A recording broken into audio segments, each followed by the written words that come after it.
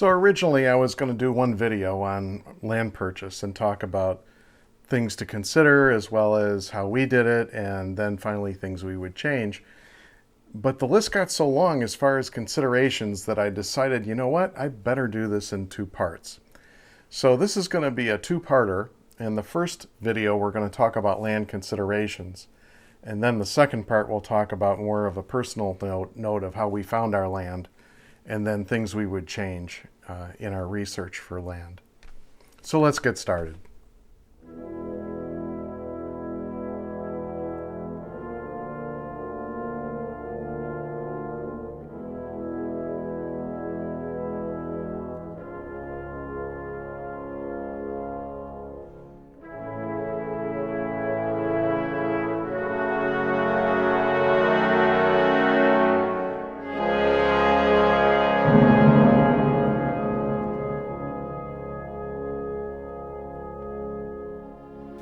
For some of you interested in building your own cordwood home, you may be fortunate enough to already have a place to build it.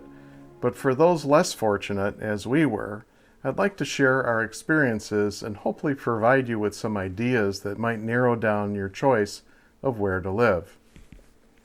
Our approach to finding a place to live evolved at about the same speed as our thought process in determining what type of eco-friendly home to build.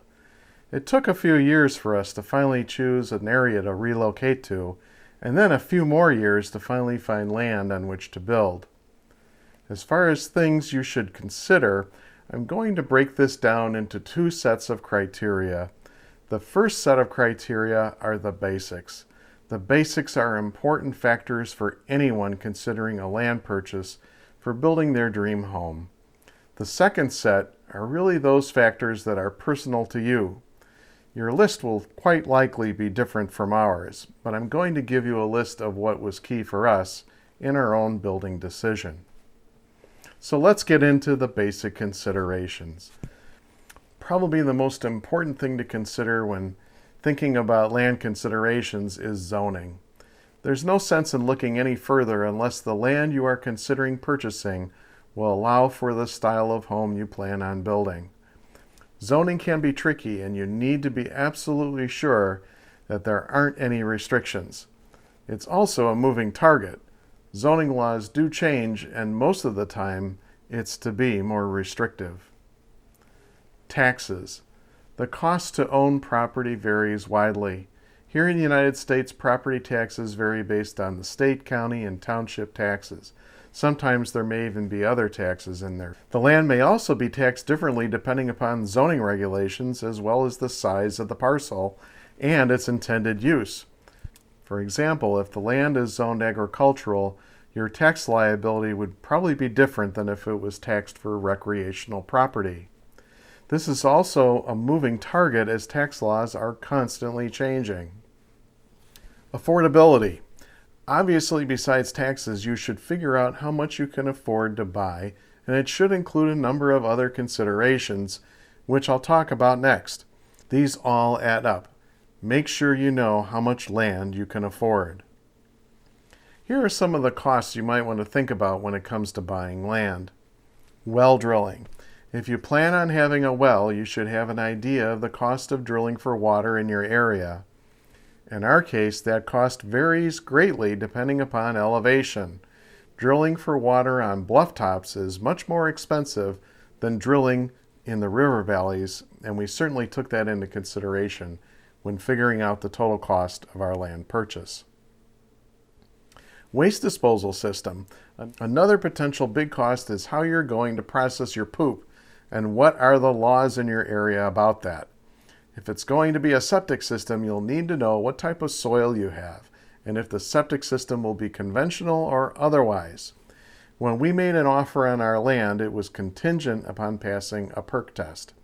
A perk test will determine if the soil is acceptable for a conventional septic or require a much more expensive mound system. Connection to the grid. How far away will your connections be to the grid? Electrical as well as phone, internet, and cell towers. How expensive will it be to connect to utilities? Do you have access to natural gas? Will you need a propane tank? How fast are internet speeds in your area? How's reception for free TV? How's reception for cell phone service? Will you need a repeater inside your house in order to have cell phone coverage?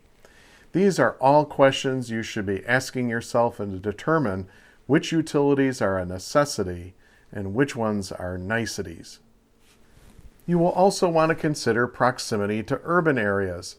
If you plan to live in a rural area, you will still probably want to consider proximity to an urban area for jobs, supplies, and medical needs.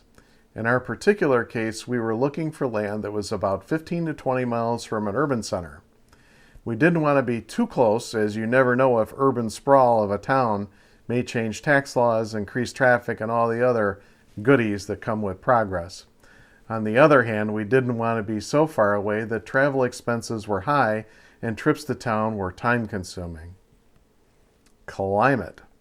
The local climate will have an impact on your heating and cooling loads for your home. Personally, I find it easier to heat a home than cool it from a renewable energy standpoint.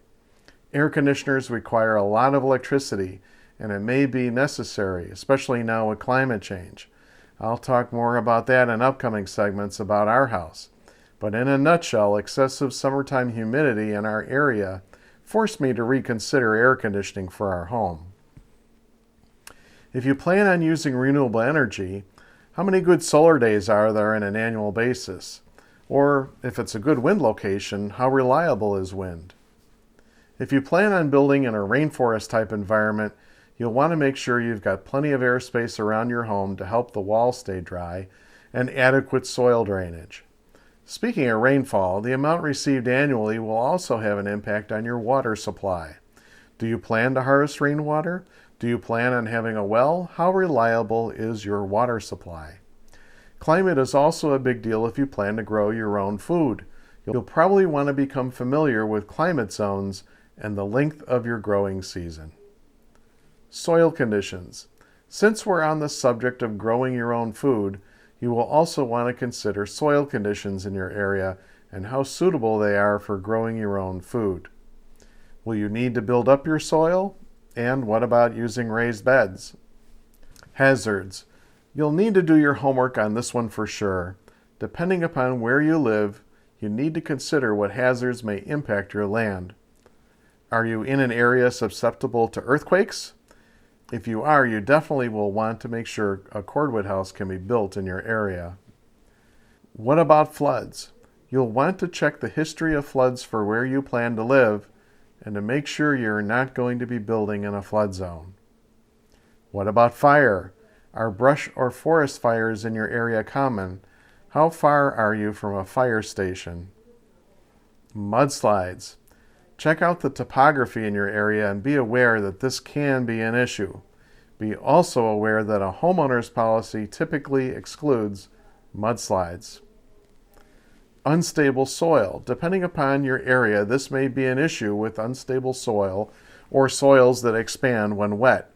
It's best to find out ahead of time if this is an issue in your area. This is commonly a problem in arid regions of the United States. Sinkholes. It's probably worth checking them out too. I never realized the potential problem in our own area for sinkholes. Apparently our underlying geography is like Swiss cheese and sometimes sinkholes appear. Radon. Radon has become a big deal here in the States and depending upon where you live may require a costly mitigation system. Severe weather. This isn't necessarily a showstopper, but you should take this under consideration. Will your land be located in Tornado Alley or along a coast where hurricanes are possible? Something to consider. Bundle of rights. Depending upon where you buy land, there may be resource rights issues tied to the property. You could potentially own the property, but not have certain resource rights to the land and others could own those rights. Here are rights you should check out. Water rights. If your land is adjacent to a lake or has a pond or stream, you should check to find out what rights you have to accessing the water as well as what restrictions there might be to livestock. Rainwater rights. Especially in arid regions, you may be limited as to how much rainwater you can collect. In other areas, you may need special permits. Please be sure to check this out ahead of time. Mineral rights. Just because you own the land doesn't mean you have access to the minerals under it. While you are investigating this, it would be wise to check out what forms of mining are permissible in your area. Even if you own the mineral rights, you don't want to end up adjacent to a mining operation. Gas rights. Similar to mineral rights, depending where you plan to live, you probably want to check to see if there are gas deposits beneath your land, and if so, who has rights to them. Timber rights. Did you know that you may not own the timber rights to your property? You could potentially have a third party who owns these rights, and they might have the right to come on your land and harvest trees. Access rights. You want to be sure that your land is not landlocked, meaning that you have the right to access your land via a road and that you don't have to cross someone else's property to get to yours.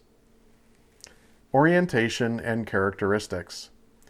How is the land oriented? Will it have good exposure to the sun throughout the year? Will trees need to be cleared? How much work will be required to make the land usable? Roads. Is your land adjacent to a gravel or paved road? If it's gravel, you will definitely want to set the house back from the gravel road to keep dust to a minimum. Also, if you plan on living in a cold climate, you should check to see if the roads in your area are plowed frequently.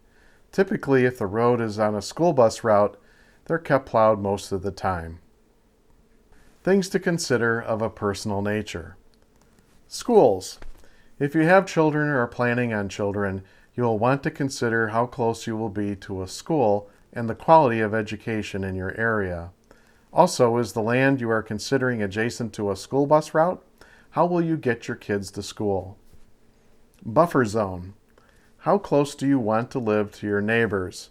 In our particular case, I was hoping for about 40 acres of land to help buffer us from being too close to our neighbors. Not that I have anything against our neighbors. We really do have wonderful neighbors. But after living in a cramped urban area, I was fed up with loud music at night and a neighbor's campfire smoke wafting through our open windows. Distance. In our particular case, both Joe's parents and my parents were still alive when we were planning on building our dream home, and we didn't want to be too far away from them in case they needed our help.